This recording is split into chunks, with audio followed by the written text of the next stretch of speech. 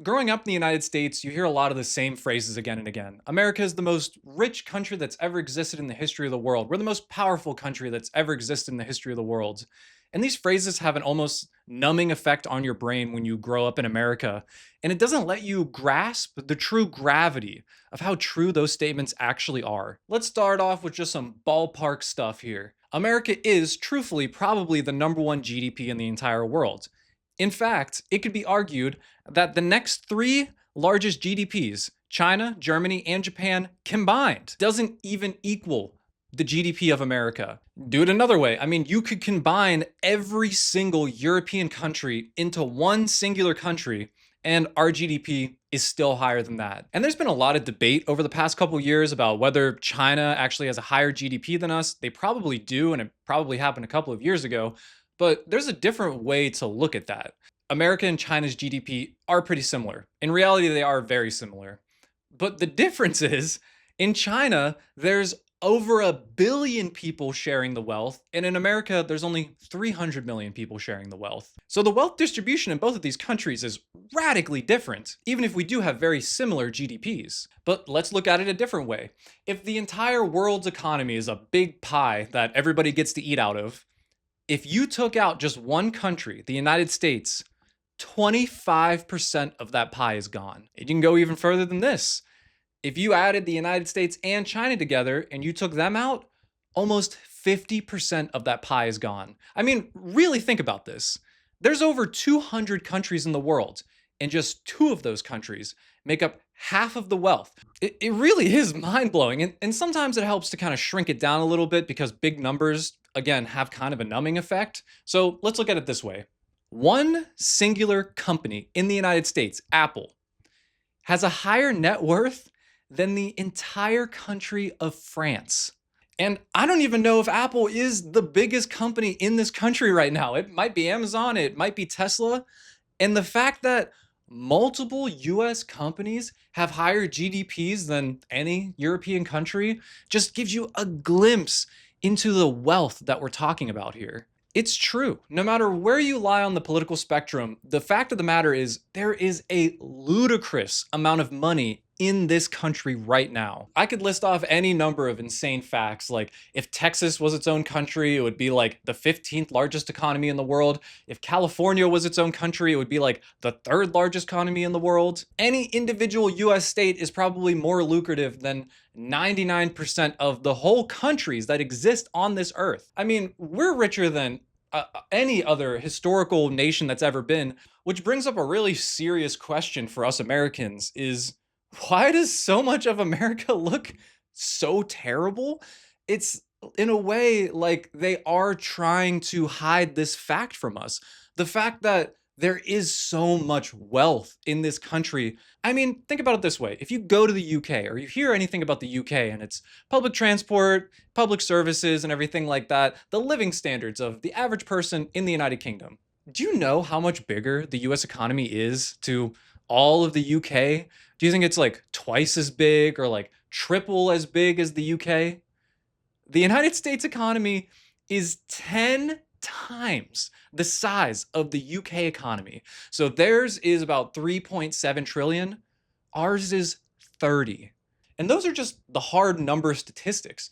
You can add on to that the fact that, and a lot of Americans don't understand this, in a lot of other countries, people invest their money into the American dollar. What does that really mean? So say you're working as like a car salesman in a different country, and you make a good sale and you get a bunch of money. And the money that you get is your home currency. They will take that money and turn it into American dollars like they're investing in gold or guns here in America.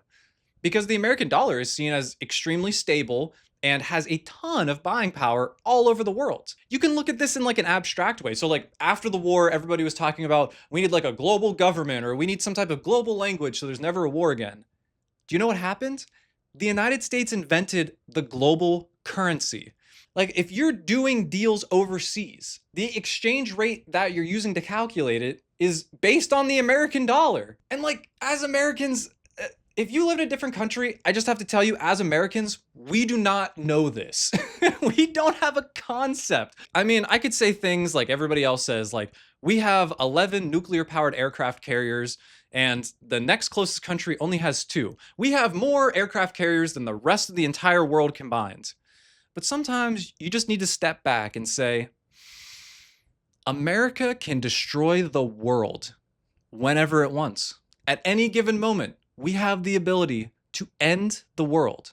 Here's a more nuanced take, and sometimes it's helpful to look back through history as a comparison. So, most of human history, power projection was projected within your borders. So, the Roman Empire, at the height of its power, could project power all the way from Syria in the desert all the way up to the Scottish Highlands, where it's dark and gloomy. At one point, the United Kingdom controlled like a fourth of the land on Earth and like a third of the world's population, so they could project their power to those people.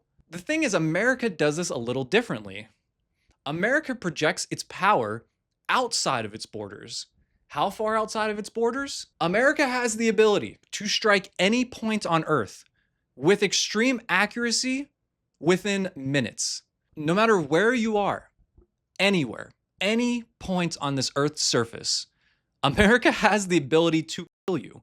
We have nuclear submarines scrounging around the bottom of the ocean, and nobody knows where they are but the generals who command them. They're dark, mysterious nuclear-powered submarines, and one of those submarines has the power to destroy multiple countries because it's loaded up with tens and tens of nuclear warheads. Every single individual US state could stand alone on the world stage and have a pretty decent chance of being a major superpower. Even states like Alabama, the poorest US state, has a GDP higher than most European countries. And thinking about it, this is one issue that I think every single person in America can agree on, whether you're a politician or just some random guy on YouTube making videos.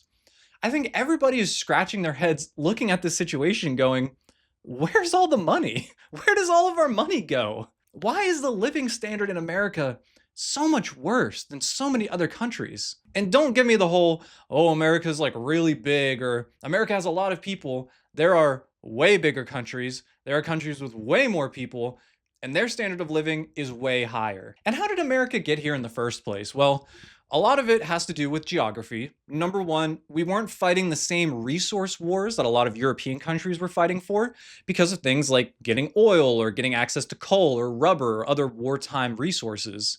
And the other thing, and it's probably the main thing, is the 2 world wars. The 2 world wars did 2 things to America. It lowered the bar for being the most powerful country in the world because the bars were extremely high whenever Britain and Germany had a bunch of colonies and stuff like that, but they turned all of their darkness inward towards themselves and just leveled everything in their own countries. So the bar for being the most powerful country was way lower, which allowed America to surpass everybody else. And on top of that, we were writing out loans to everyone. So what we were doing in World War I and World War II was essentially making the guns that Britain and France would buy, but they didn't have the money to buy them. So we go, here, take out a loan to buy our guns, and then you just repay it eventually. So not only were these European countries destroying themselves, but then after the war, they had to give a shitload of money to the United States, which allowed them to springboard their economy. And now they are the world superpower that we see today. And there's a lot more that goes into it, and we will get into it in other videos. But the point of this video was to really recontextualize how you think about this country, because I think the vibe of America is very outlaw and kind of redneck, and it's like Bush Light and football on Sundays and stuff. But what people really need to understand, when you look at history and you think, man, the Roman Empire was so powerful, just think, Pennsylvania probably has more money than the Roman Empire ever had.